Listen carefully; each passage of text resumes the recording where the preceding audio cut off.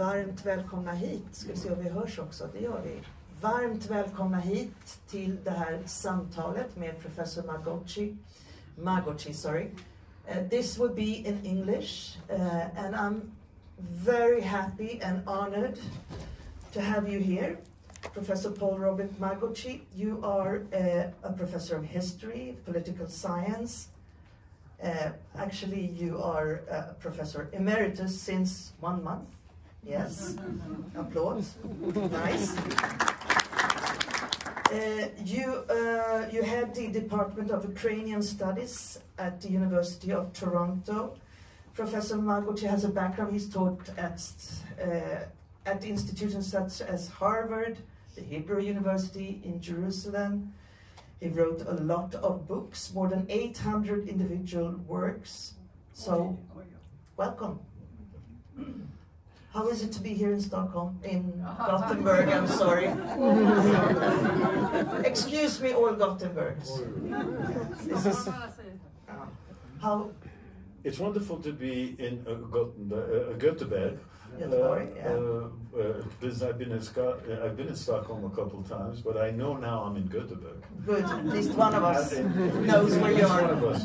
So you've written this book together with Yohanan Petrovsky-Shtern called Jews and Ukrainians. What is this and? Why is this so important to you, the Ukrainians? Well, I guess the first way to answer the question, it is not a book just about Jews.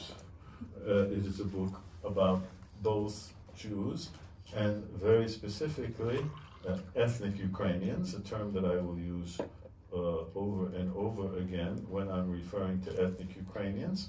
And if you, Mrs. Sharon, asks me why I use the term ethnic Ukrainians, I yes, will why, Professor? explain. Why? Right, indeed, that as opposed to just Ukrainian. But again, why Ukrainians and Jews? Well, it's because it happens to be about two of the many peoples who have historically lived on the territory of Ukraine. From a normal perspective, would be considered the indigenous inhabitants of Ukraine. And we chose, because I am here representing an organization called the Ukrainian Jewish Encounter, which is an NGO created in Canada approximately 15 years ago, whose goal has been to create means of better understanding between two peoples whose forebears and still presently live on the territory of Ukraine, but that, quite frankly, have had difficult relations, whether in the homeland or in the diaspora. And so this organization was established to look at those relations, and one of the things that derived from that activity is this kind of a popular historical or popular scholarly work called Jews and Ukrainians. And so we are looking at two peoples, and that's why it's and Ukrainians. You wanted to tell a story away from stereotypes and misconceptions. You write in the book. Mm-hmm. What kind of stereotypes and misconceptions have you seen? Well, it's not even a question of us having seen. It is in many ways, for anyone who knows the developments, in particular in the 20th century, and not only related or as a result of the World War II Holocaust, but even before, one might suggest beginning already with at the end of the 19th century. The general stereotype on the part of Jewish historiography, publicists, writers, is that Central and Eastern Europe is a bad place. It is a place, and this is not limited simply to Ukraine. It can be Poland, even Czechoslovakia, Hungary, etc. Certainly Ukraine, Russia, Belarus, the Baltic countries. This is a place in Moldova. It's a place where large numbers of Jews had been residing, settled, beginning to settle in these areas. In the case of Poland and the Czech Republic, way back in the 12th and 13th centuries. In the case of Ukrainian lands in farther east, beginning in the late 1500s and early 1600s, and that their experience there has been marked by very negative events, and as a result of those very negative events, the perception on the part of the popular perception on the part of Jewish circles, and as a result, non-Jewish circles in the countries where they live in diaspora, that Jews were mistreated. All of Central and Eastern Europe were terrible places that one had to get away from because their existences there were intolerable. Partly true, though. Well, yes. Yeah, I mean, of course. There's partly truth in every kind of quote unquote perceptual statement. I'll even avoid the term stereotype, but partly doesn't mean all. And our job as historians was to create a balanced account and look at the totality of, in this case, relations between two peoples, and specifically on the territory of modern Ukraine, and that's what we try to do in this book. So what kind of picture did emerge then? What kind of other picture did emerge? Fine. So, let's play a simple mathematical game. Okay. Nothing about Gothenburg and Stockholm then. Why? Because Gothenburg and Stockholm are against mathematics? No. Go ahead, let's play. And against numbers? Let's play, I will be awake. Let's play. Good. Yeah. So, Jews made their appearance on the territory of contemporary Ukraine, present-day Ukraine, actually already in the centuries before the Common Era, and immediately after the Common Era, in particular in the territory of Crimea and the Greco-Roman and then Byzantine towns that were established along the northern coast of the Black Sea. So they were part of that antique world.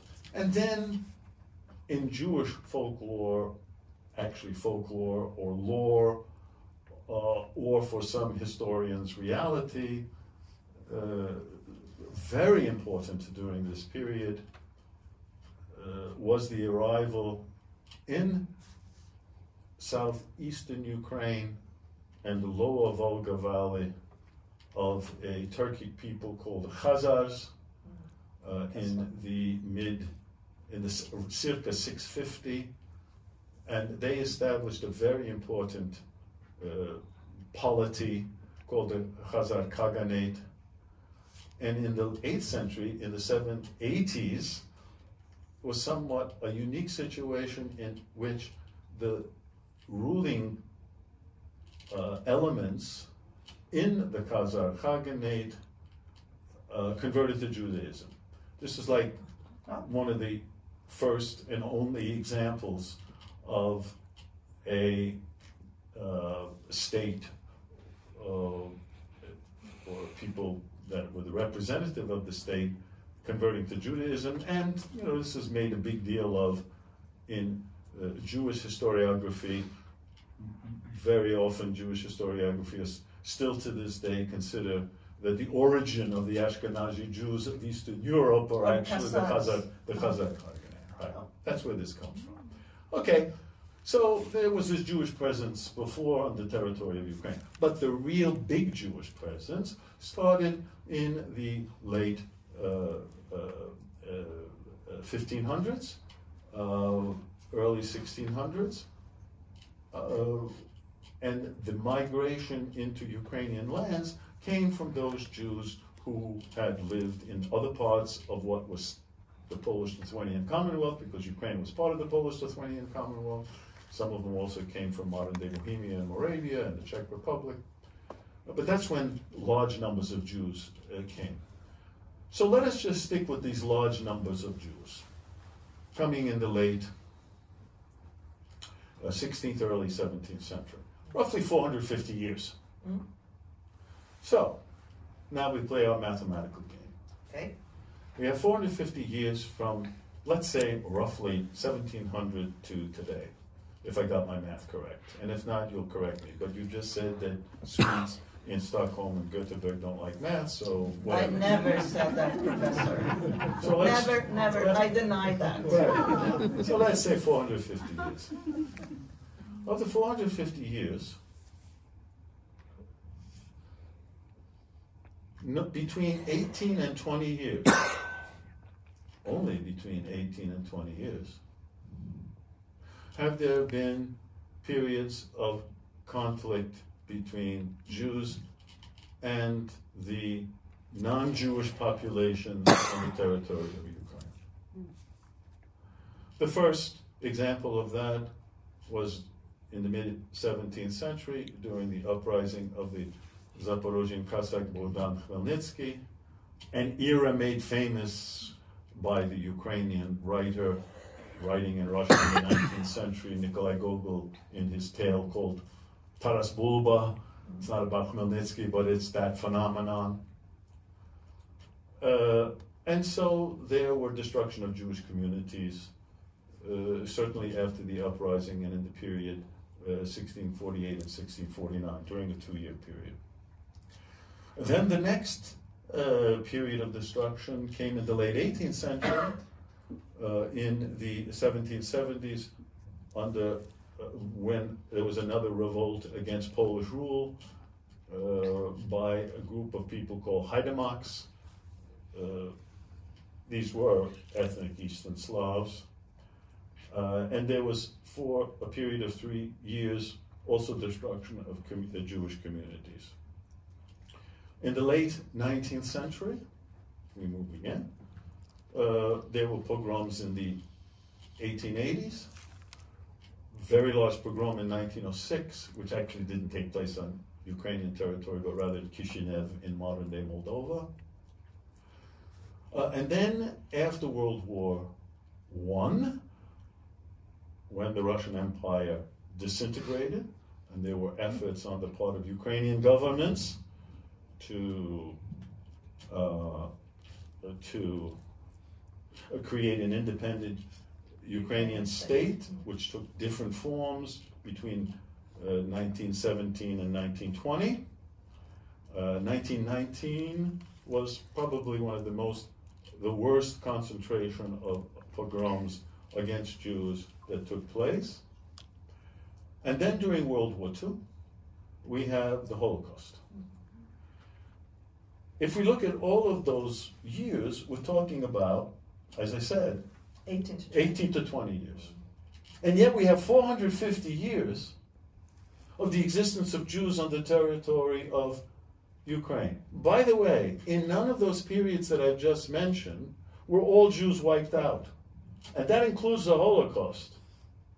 Everyone thinks that all Jews were killed in the Holocaust. Well, this didn't happen in Ukraine. I'll answer the question if you ask the question why during the Holocaust. But point is, if we have 18 to 20 years, well, what about the other 400? What about the other 438 years? And the reason I posed the question is because all the attention that is given in historiography and popular knowledge about Jews living on the territory of Ukraine and their interaction with Ukrainians is based on these 18 to 20 years. And why do you think? Well, very simple answer to that is that we are human beings, and as human beings, we are interested first and foremost in violence, first and foremost in being voyeurs to see negative things, and it's much more quote-unquote exciting to study war and conflict, or in this particular case, dastardly destruction of individuals, than it is, common everyday life. This is a very simple, it's our human nature. We all consciously or unconsciously are victims of sensationalism. And so there's your answer. And you don't think that it is because people don't want to forget, to not repeat, that historians also has been interest in that? Well, let's put it this way. Historians like to stay in business because they couldn't stay in business and we wouldn't have anything to do unless we keep telling people that, you have to learn history because you have to learn from the mistakes of the past to not repeat them in the future. Yeah, right. You got to be kidding. You can learn all you want, and we repeat the same mistakes, and we usually make them even worse. Yes, people, and pardon, I know where you're leading here. No. Yes, there are some, in answer to your question, there are some societies and cultures who put an enormous emphasis on remembering the past. And one of those cultures and societies is Jewish. Never forget. Not all societies that way. History is not that important for many societies. Look at American society, which, from the very beginning, we're a new society. We don't care about the past at all. So it's not all societies, but it just so happens that one of these in this equation is Jewish. And yes, it's very important to remember and never forget the past, and make sure you pass this on to sons, daughters, and future generations. The problem is, very often, it's not a relatively impartial description of the past, but rather it's a description of stereotypes and perceptions and what my grandmother told me or what I want to remember, and that's the problem. So from your writing on this book, a new reality emerged, the everyday life. Mm-hmm. So what did you find there when it comes to how Jews and Ukrainians have been living side by side?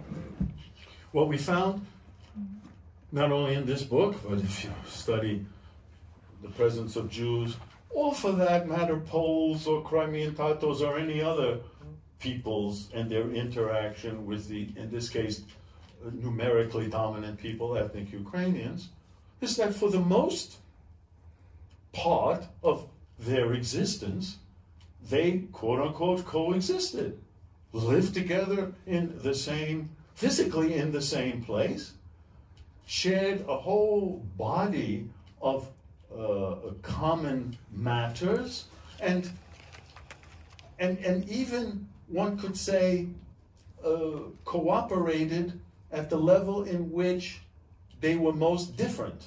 Where? Between Christianity and Judaism.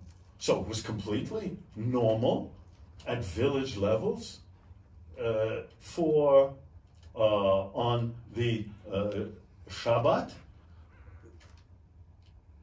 in particular in Orthodox and Hasidic communities. By the way, Hasidism began on the territory of Ukraine, as an aside. But for traditional Jewish, Orthodox oriented Jews who could not touch anything, and so obviously their Christian neighbors lit the fire, cooked the food, and then on Sunday, when Christians couldn't do anything, well, then Jews had their stores open so that they could do what they do. So there's only one example of ongoing cooperation between these two peoples. And in what other ways did they influence each other on the ground? Well, again,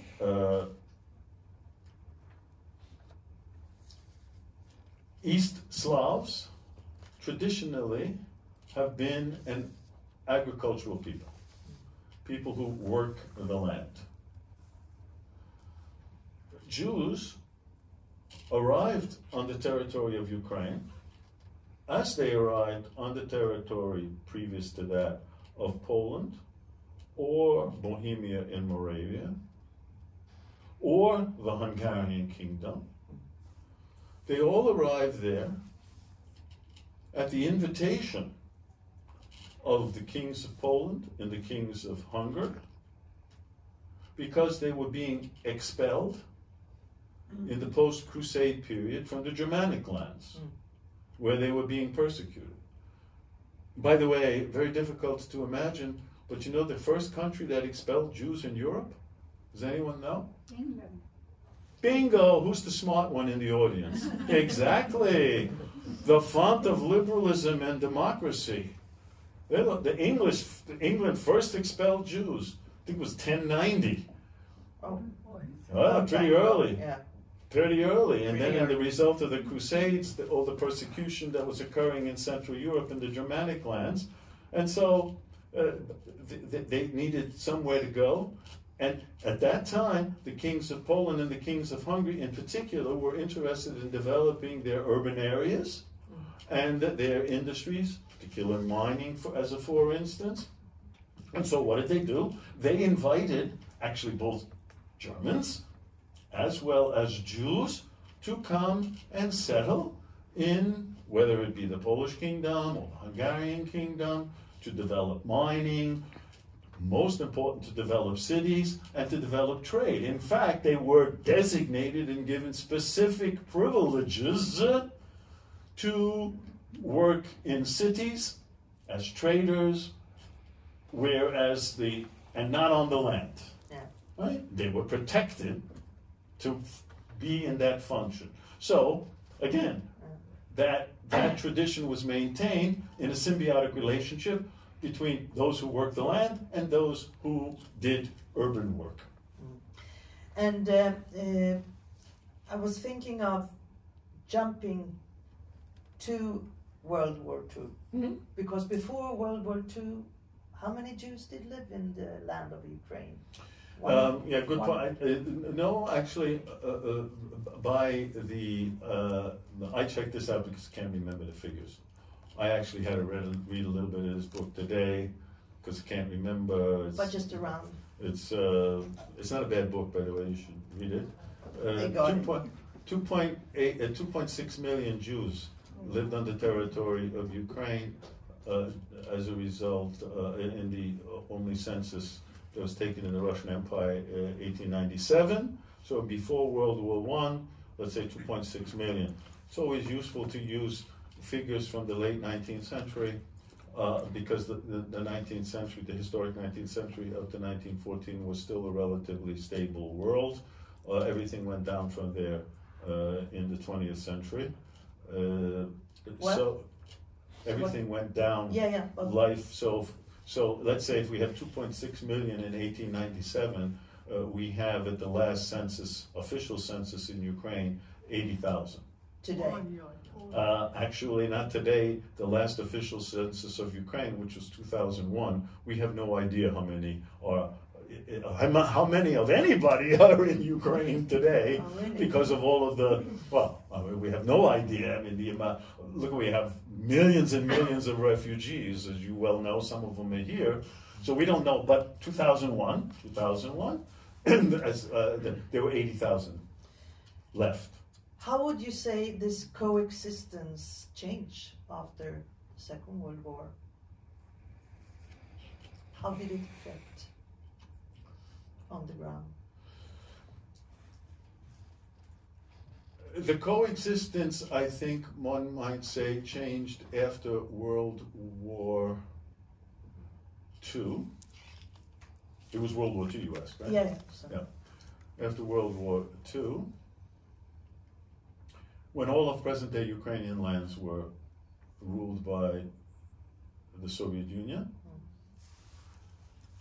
that it was equal oppression of everybody, and in particular of non-Russian peoples, whether they were Slavic or non-Slavic, and in particular of religious groups. And since Jews traditionally were Jews because of their religion, and now religion is being oppressed simultaneously with any expression of national pride, or what we would say nationalism, among non-Russian peoples of the Soviet Union, including Ukrainians. So the idea of specific identities, whether Jewish or Ukrainian or Lithuanian or Belarusian or Kazakh, etc., were all being downplayed. Why? Because, you're in a society which is creating a new world, a new Soviet person, used to be called Soviet man, and most Judaism was basically stamped out during Soviet times. This didn't mean that there weren't Jews. And to go back to what I said before, there were about 800,000 Jews who survived World War II. And the reason was that when the German Wehrmacht entered into Ukraine during the Soviet invasion, during the invasion of the Soviet Union in June 1941, they first entered Western Ukraine. And in Western Ukraine, modern-day Galicia, as an example, or Bukovina, there they were able to round up Jews. But as the Germans had invaded, the Soviets carried out a deliberate policy of exiting people and governmental officials and people who ran factories, etc. And that included the entire Ukrainian government.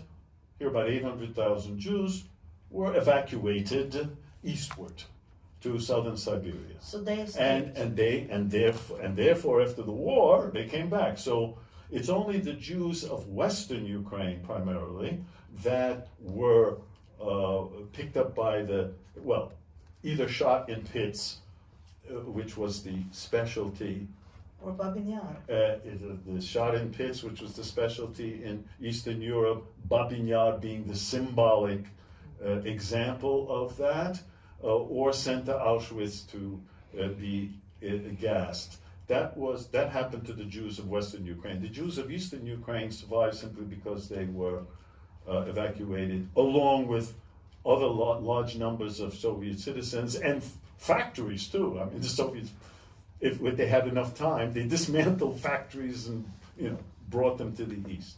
So they survived. So therefore, after the war, there was actually a Jewish population, but Jews in the sense of, yes, they were Jews, but weren't be able to practice being Jews, and those young people, their sons and daughters, born, raised, had no idea of what being a Jew was. And then what happened when Ukraine became an independent state? Mm-hmm. with the Jews and the Ukrainians and the coexistence? Did things change? Things changed radically after the creation of an independent Ukraine. Ukraine, like the Baltic countries, like all of those countries in Central Europe, which 2 years before were freed from communist rule during the revolutions of 1989, all of these countries were overjoyed, the citizenry was overjoyed of no longer living under totalitarian rule, which they were forced to live under in the case of Central Europe since World War II, since 1945, and in the case of some parts of much of Ukraine since the Bolshevik Revolution. And they all were committed to creating societies that were more in line with the rest of Europe. And that included liberal attitudes toward freedom of speech, freedom of religion, freedom of travel. These were the ideals. Within that larger context, so too was Ukraine playing out its role as now an independent country. And from the very beginning, and enshrined in the Constitution of 1996, made very clear that Ukraine is a country of many nationalities and many religions, all of whom are equal, and all of whom then are Ukrainian citizens. Hence I use the term ethnic Ukrainian, because everybody in Ukraine is Ukrainian. Yeah. You may be a Ukrainian of Polish ancestry, or of Crimean Tatar ancestry, or of Jewish ancestry, or of ethnic Ukrainian ancestry. You see why? Yeah. It's because everybody's a Ukrainian. That's their citizenship. Civic identity, as we call it. With regard then specifically to your question about Jews, there was a revival among many nationalities in Ukraine, Crimean Tatars being one of them, including being able to physically return to Crimea, thanks to the policies of the independent government of Ukraine. And Jews were now able to express themselves as Jews. Now, many of them had no idea what it meant to be Jewish. But then we have the Jewish diaspora, primarily from the United States, who suddenly poured in incredible amounts of money, both secular Jewish organizations as well as religious Jewish organizations in many parts of Central and Eastern Europe, and in particular in Ukraine, where there has a long tradition of Jewish culture, to create schools, to create self-help programs, etc., to teach people to be Jewish. So and this was all permitted and encouraged by the government of Ukraine. The government of Ukraine gave no particular help to any non-Ukrainian ethnic group, and gave very little help to ethnic Ukrainian organizations as well. But if you have people from the diaspora of whatever background that want to give money and want to invest in Ukraine and help you, please be my guest. And so the Jews were among many peoples in Ukraine who did exceedingly well as a result of under independent Ukraine. And today, a war in Ukraine since 2 years. How has that affected, do you think, Jewish-Ukrainian relations? Well, first of all, again, we don't know how many Jews are even left But there are some. Yeah, of course there are some. Clearly there are some. As a result of what took place since independence in 1991, and then the integration of all peoples into this new polity called Ukraine, regardless of their ethnic or religious background, Jews gradually became loyal to the country in which they live, Ukraine. And since they were doing well, at least those who wanted to become Jews, there was no problem to do that. Let me give you one example. Let me just give you one small example. In the town of Dnipropetrovsk, which is now Dnipro, there is a large Jewish center, and there's a picture of it in this book called Jews and Ukrainians, which I think you either have or can have for free. They have it. Okay, good. So there is an illustration there of the Jewish center in Dnipro. It makes Donald Trump's tower on Fifth Avenue look like a mini building. And I'm not exaggerating. So, this is a result. And as a result of the revival of Jewish life in Ukraine, now when the first phase of the war, 2014, and the second phase of the war, 2022, took place, Jews, like all other citizens of Ukraine, felt that their homeland was being threatened. And we know that the major Jewish organizations in Ukraine, and by the way, they were forced to speak out very specifically. Why? Because within the very first months of the second phase of the war, we know that Putin tried to play, quote unquote, the anti-Semitic card, right? Digging up the old stereotypes. Well, all Ukrainians hate Jews. All Ukrainians are anti-Semites. This is independent government. This is Nazis. And well, of course, they're neo-Nazis, etc., etc., etc. Well, that forced the Jewish organizations of Ukraine to say, hey, wait a minute here, what is this? We are the Jews of Ukraine, and they spoke out very forcefully, already on the Maidan, participate in the war, just like every other citizen.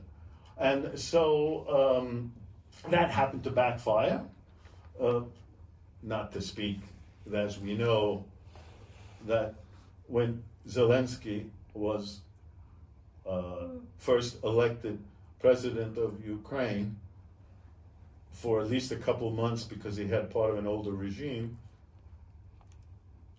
there were only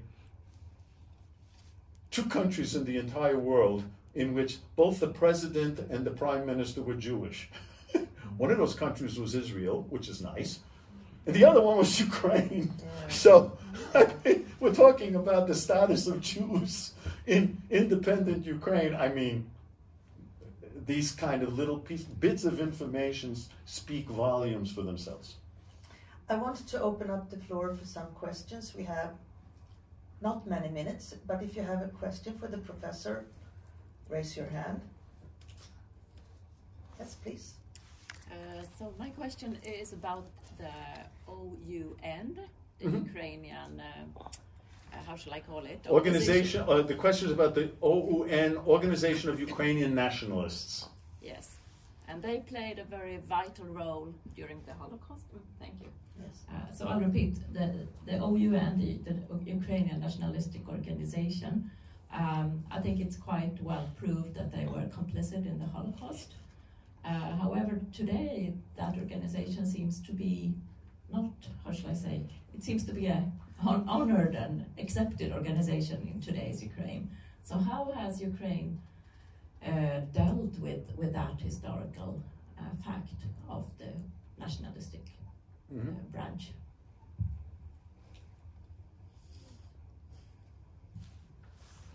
First of all, let's just let me say the following. general principle. Nothing is black and white in the historical past or in each of our lives. All that there are shades of gray. There are no absolutes.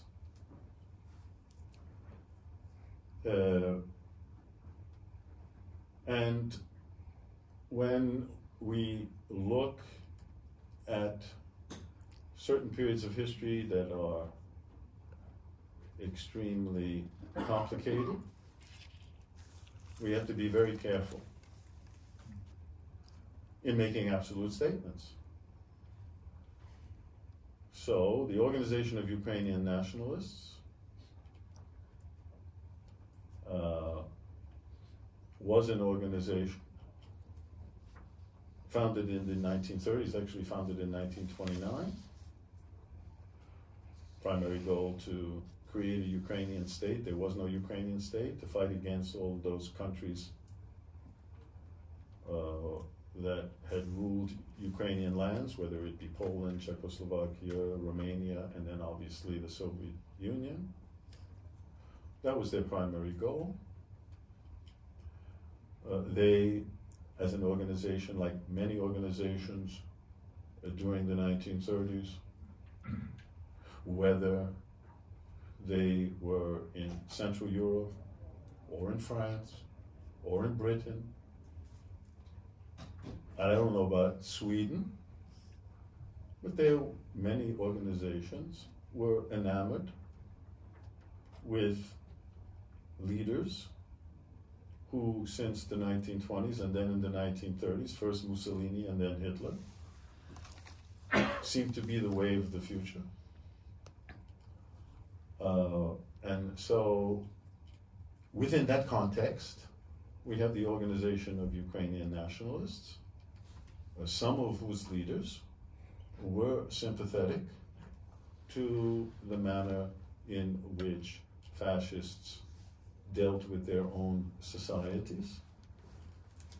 And there were elements in the Organization of Ukrainian Nationalists who felt that their future land, Ukraine, should only be for ethnic Ukrainians. And that non-ethnic Ukrainians, in particular Russians, in particular Jews, in particular Russians and in particular Poles, and others, including Jews, should have a secondary or a non-existent place in a future Ukrainian state. And the Organization of Ukrainian Nationalists, and then during the war, a military body that grew up but included many members of the Organization of Ukrainian Nationalists. It was called the Ukrainian Insurgent Army, or the UPA. Some elements of them, without question, cooperated with the German occupying forces, and some documents can easily be found in which one spoke out, or they spoke out, against the presence, and again I will repeat, of Moskali, Russians, Poles, and Jews and others, not singling out ever Jews. And in some who cooperated with Germans, whether they were members of the Organization of Ukrainian Nationalists or not, did carry out what participants in the activity of what we call the Holocaust. We have but that is not the entire organization. And the organizations, both of them, changed their policy relatively quickly when they saw what German rule was like, and that any hopes for the Germans to liberate themselves from Soviet rule were now dashed. And so, again, looking at that question, one has to look at it at certain times, different shades of gray, and not simply as black and white. By the way, discussed in this book. The whole question of collaboration gets a whole 2-page spread. Thank you so much. Our time is limited. It was fantastic to have you here. A big applause. Thank you. Thank you very much. And you can keep the book. It's very generous of you. Thank you.